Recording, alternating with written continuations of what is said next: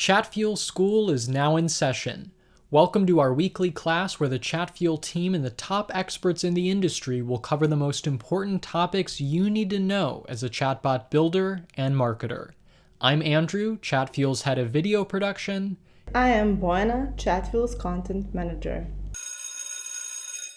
I don't know how you've been spending your time on lockdown in quarantine, but for me, it's mostly been spent cleaning around the house and kind of decluttering. So a couple weeks ago, one place that I was specifically cleaning out was my closet, and I happened upon all these old books, all dusty, haven't been touched in years. And I figured, why not sell these and kind of make some extra cash on the side? So what I did was I found a company online that will buy these books in bulk, and signed up, printed out the shipping label, packaged the books, and placed them outside of my doorstep to be sent away. But then after I did that, after I put the box outside, I kind of had some questions. I was like, I've never really heard of this company before. Are they reputable? Are they legit? So I went back to my computer, back to Google, did some searching, and basically found out that they had tons and tons of one-star reviews on Google. They had complaints with the Better Business Bureau, and overall, it was just a big disaster. So what I ended up doing was yanking that box back inside, canceling the order, and that was the end of that. So obviously, this is what we're talking about today, social proof, and it can take many forms. Obviously, the one I just mentioned was reviews like on Google or the Better Business Bureau, but obviously there's so much more to it than just that. But essentially, what social proof is evidence of other customers interacting with a business, a brand, a product. Obviously, the business itself is going to say, we're great, buy these products, do business with us, but you can't necessarily trust that. You have to trust other people who have actually interacted with the brand and who are unbiased. And really, you can think of social proof in another way too. It's a psychological shortcut for making safe decisions, whether you're buying a product or just doing something in life in general. So all of that being said, obviously there's a whole lot to discuss about social proof, lots of tips and tricks, and that's what we're going to be learning today in this episode of Chatfuel School. So Bojana, tell us a little bit more about our guests lined up for today. Hello everyone! Today we have two superhero ladies joining us.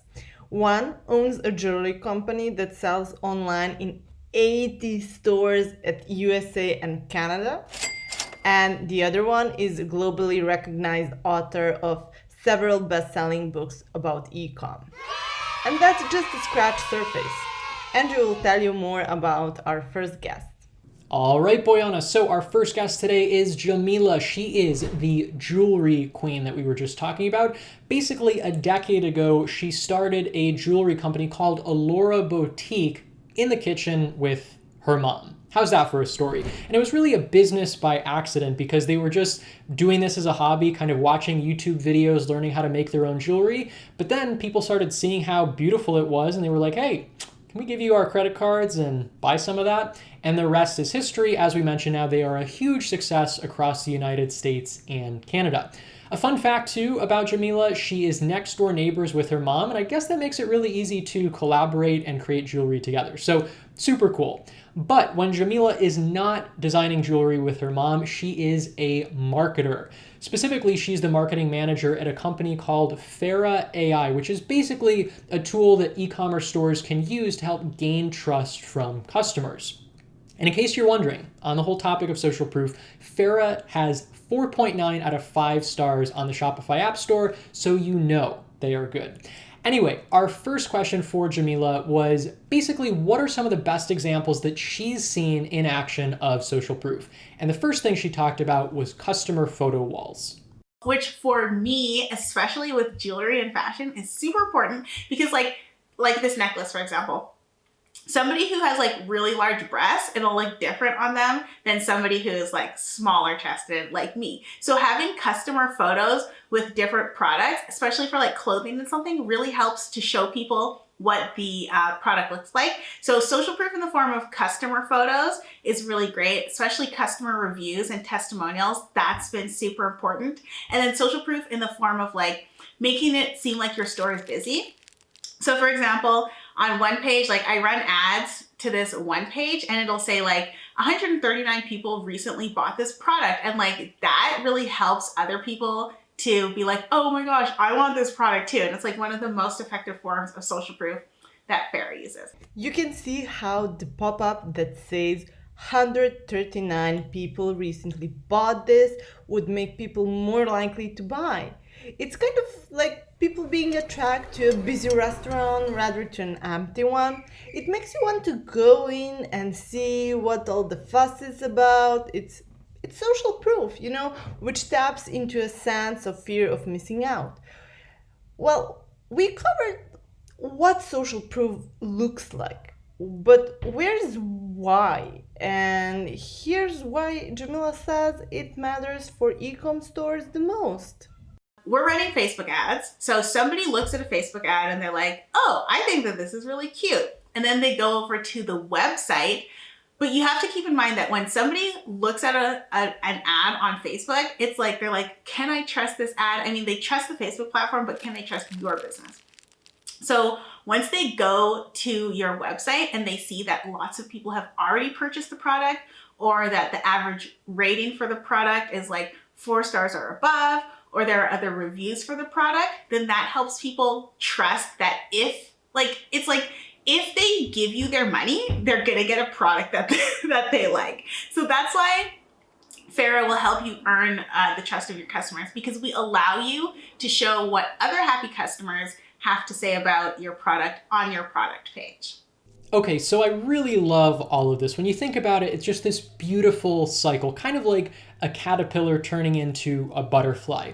So basically what we're saying here is if you have all this glowing social proof on your website, that's great, because then new visitors, new shoppers coming in are going to see that, they're going to be more trusting of your brand, and then they're going to be more likely to buy. And then once they buy, as long as you actually deliver on your promise and have a good product that you're selling, those people are going to have such a great experience that they're going to leave a review, and then that cycle repeats. Basically, you rinse and repeat. And really, once you implement this strategy, the only thing that you need to worry about is finding a bigger bathtub so that you can bathe in all that extra cash that you're making. But obviously, in addition to just making you feel like an evil supervillain billionaire bathing in all this cash, there is another benefit of social proof too, and that is helping answer frequently asked questions. So the reason that I really, really like reviews and that I really, really like social proof is because it already answers customers' questions without you having to like fill out a long ass product description or like take like 1,000 photos. Like if your customers are taking photos for you and you can put that on your website or you can put that on your social media, then that makes your job easier, but it also answers questions that you didn't even know that your customers had. So if you sell like a dress or something, somebody would be like, this dress is perfect for like the beach. And you're like, oh, I didn't think that this dress was perfect for the beach, but somebody looking for a beach dress is going to appreciate that review, right? So it's one way you can get your customers to do your marketing for you. Collect and display social proof in the right way, and you'll get more prospects to buy. We actually just posted an article on our blog about this. Besides this one, you can find 8 other ways you can get your customers to market your business too. It's called 9 Easy Ways to Get Your Customers to Do Your Marketing for You, and we'll link it in the description so you can find it more easily. Plus, once you have those reviews or that user-generated content, you can use it. Repost your customers' social media photos and use their reviews to inspire sales content and answer questions.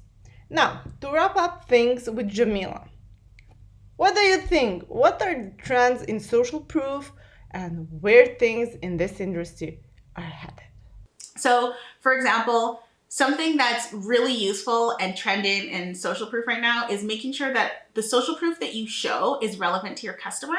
So, like, I live in Canada, and I don't care if somebody from like the UK or Ukraine bought one of your products, because I mean, not that I don't care about people from other seas, but they're not like me. They're not similar enough to me. So that's why saying something like so-and-so from Toronto just bought your product when the person is in the Toronto area is really good for, again, building trust, but also it's one of the like trending things to do to personalize everything that you can on your website. Okay, so personalization. If the marketing industry had a word of the year, it would definitely be personalization for 2020, at least for me, because the sheer amount of times that we've had people mention personalization in the last couple Chatfuel School episodes is astronomical. So if you want to learn more about it, be sure to check the link in the description below, where we'll link to a recent episode that we did on Chatfuel School for no-code marketing tools for e-commerce, which talks all about personalization, so you'll be in good hands. Just make sure to grab a refill of your popcorn after the episode so you can start binge watching. Now, finally, we had Jamila talk about one more trend for social proof in e-commerce, and that is collecting more visual content, not just text reviews.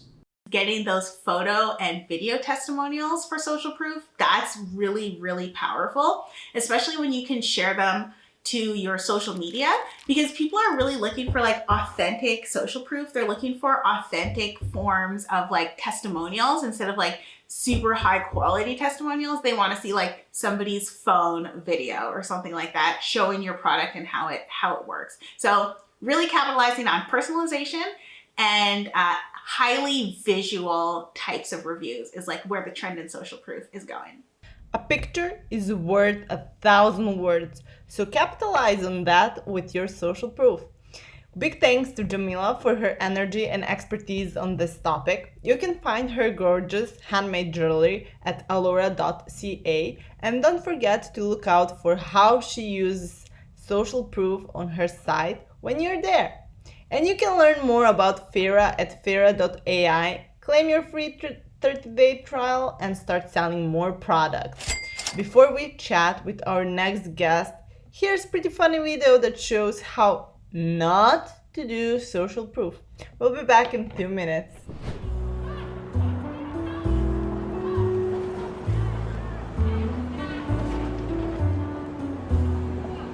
This is Bob, a male entrepreneur. Bob is a rational beast, and he has just launched a brand new product, a shake that satisfies a human's monthly nutritional needs. A great idea.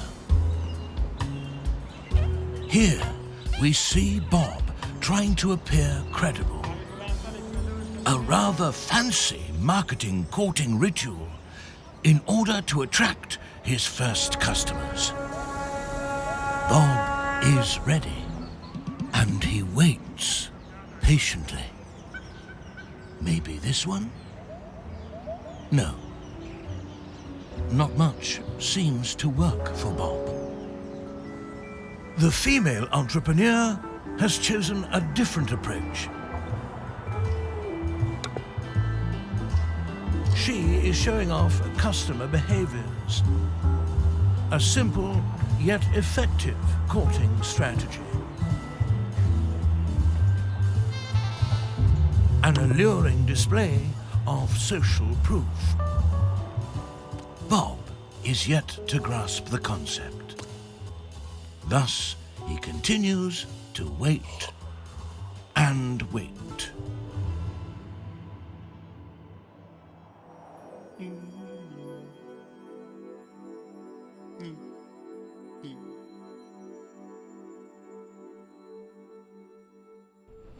One thing we learned from this video is that social proof needs to feel authentic and needs to come directly from real people, real customers. We also learned that Bob could use some help with brand storytelling.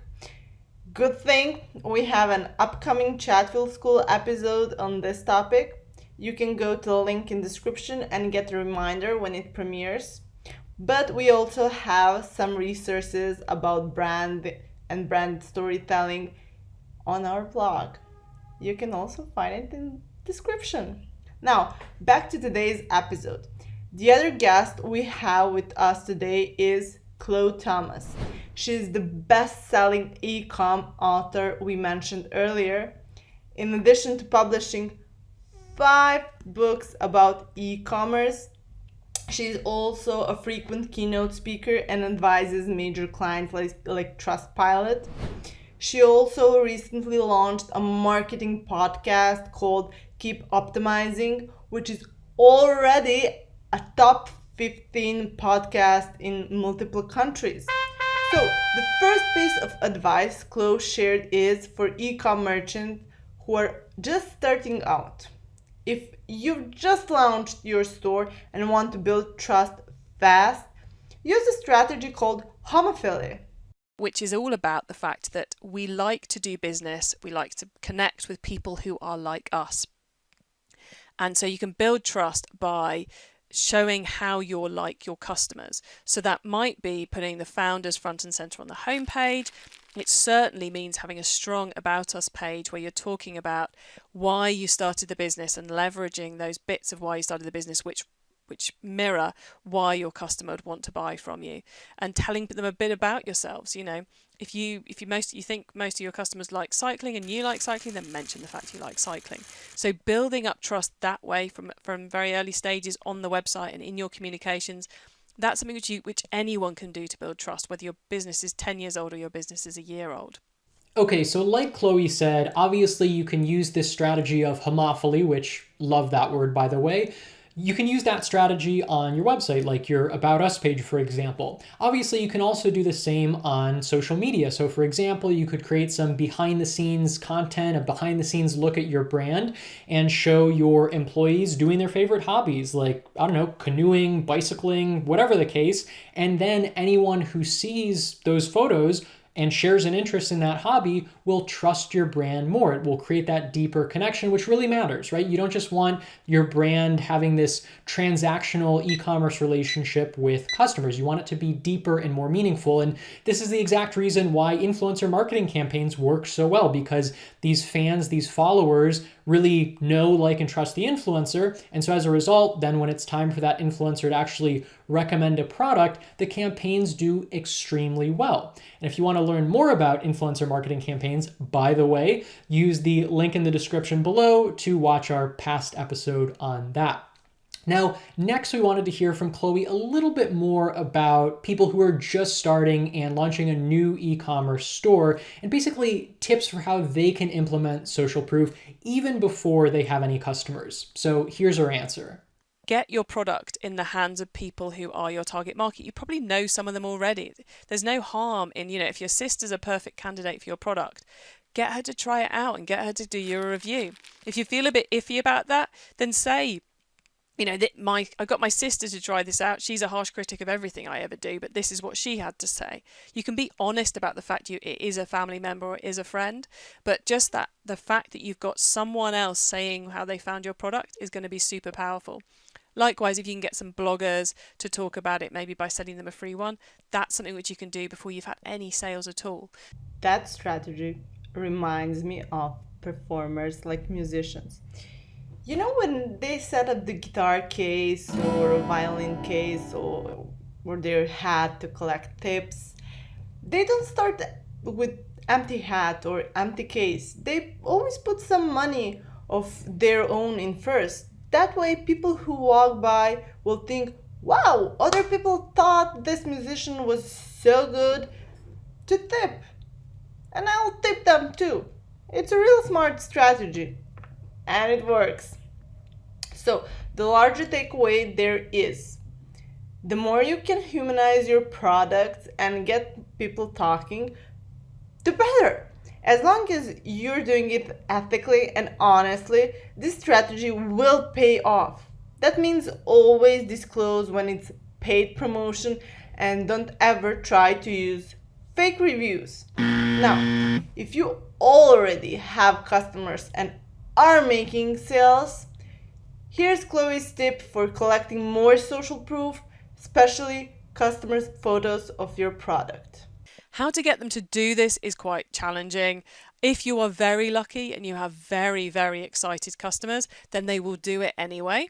But not many of us are in that scenario. So you have to beg and cajole and incentivize. So competitions, state a hashtag when someone buys a product, send them the email afterwards and say, share a picture of you using this on Instagram, Facebook, wherever it is that's right for you, and get them to add a hashtag, and then you can collate all of those entries and have it as a competition to win something, maybe more of your product, maybe something that fits with your product. Those kind of competitions are a very low cost way of doing it, and you can do most of the legwork on it through automated systems. So that's how I'd go about getting more customers to share their content online. Automated systems, yes, 100%, absolutely. That's what we're all about here at Chatfuel. Anything you can do to save time and do more meaningful things instead is always the right move.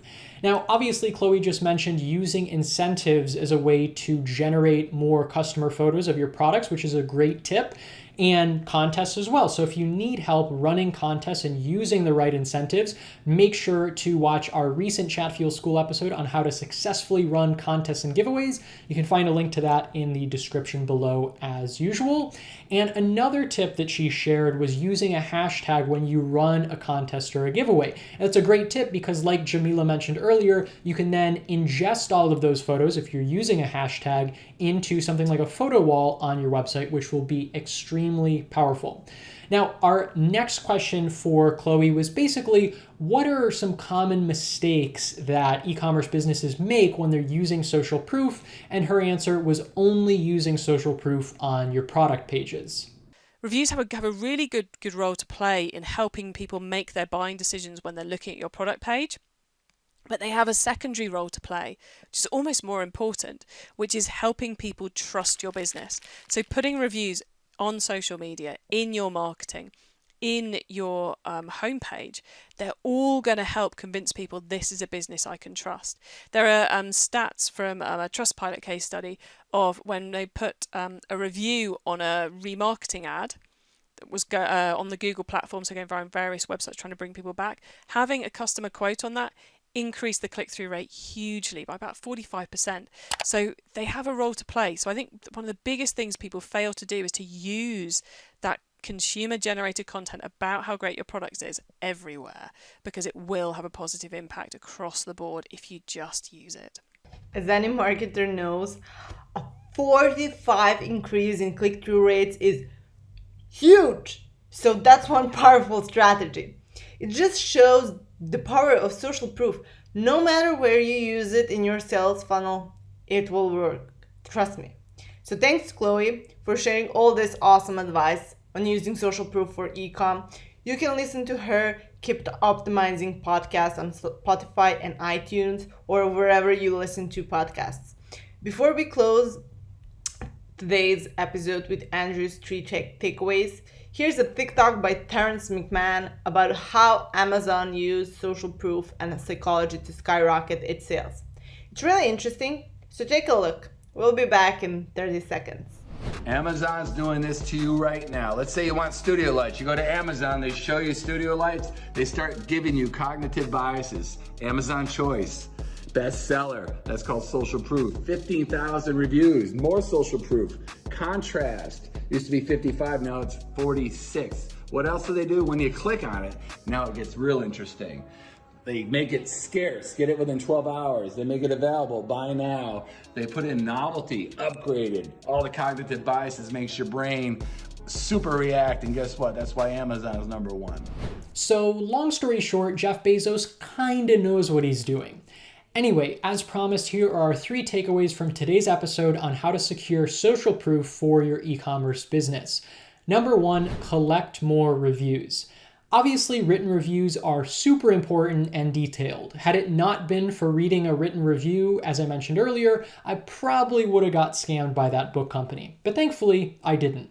However, as attention spans start to dwindle, visual platforms like Instagram, Snapchat, and TikTok are on the rise in popularity. So you want to display social proof there where it makes sense. At the end of the day, customer photos and videos help humanize your product, and you want to embed these on something like a photo wall on your e-commerce store. Visual reviews ultimately help you gain trust and answer frequently asked questions all at once. It's 2 birds with 1 stone. Number 2, run contests and giveaways. Like Chloe said, in an ideal world, every customer is going to love your product so much that they're going to share photos and videos just on their own free will. But the reality is that people actually need a little push, or in some cases more of a shove. So try running contests and giveaways and using prizes as an incentive to get people to share and talk about your brand. Again, be sure to watch our past episode on contests and giveaways to avoid common pitfalls. The link to that is in the description below. And number 3, use social proof everywhere. You got to think outside the box. Don't just use social proof on your product pages. It's important, but you can do more, right? So show it off to every customer at every touch point in your sales funnel. Well, maybe not literally everywhere, but pretty much everywhere. So some examples of places to put social proof are on blog articles, social media posts, email newsletters, and of course in Facebook Messenger bots. And speaking of Messenger, if you don't already have a Chatfuel account, make sure to sign up right now for free at chatfuel.com, and you can get started saving time and automating your business. Plus, you'll be joining customers like Netflix, Adidas, T-Mobile, and many others. How's that for social proof? Anyway, thanks so much for sticking around and watching this episode all the way through. You deserve a cookie. Be sure to tune in next week, same time, same place, for another episode of Chatfuel School. Thanks for attending class today at Chatfuel School. Subscribe to our YouTube channel for even more actionable and educational content. And don't miss out on next week's class. Click the link in the YouTube description to get a reminder when we go live. We'll see you again next Friday at 8 a.m. Pacific. Happy botting.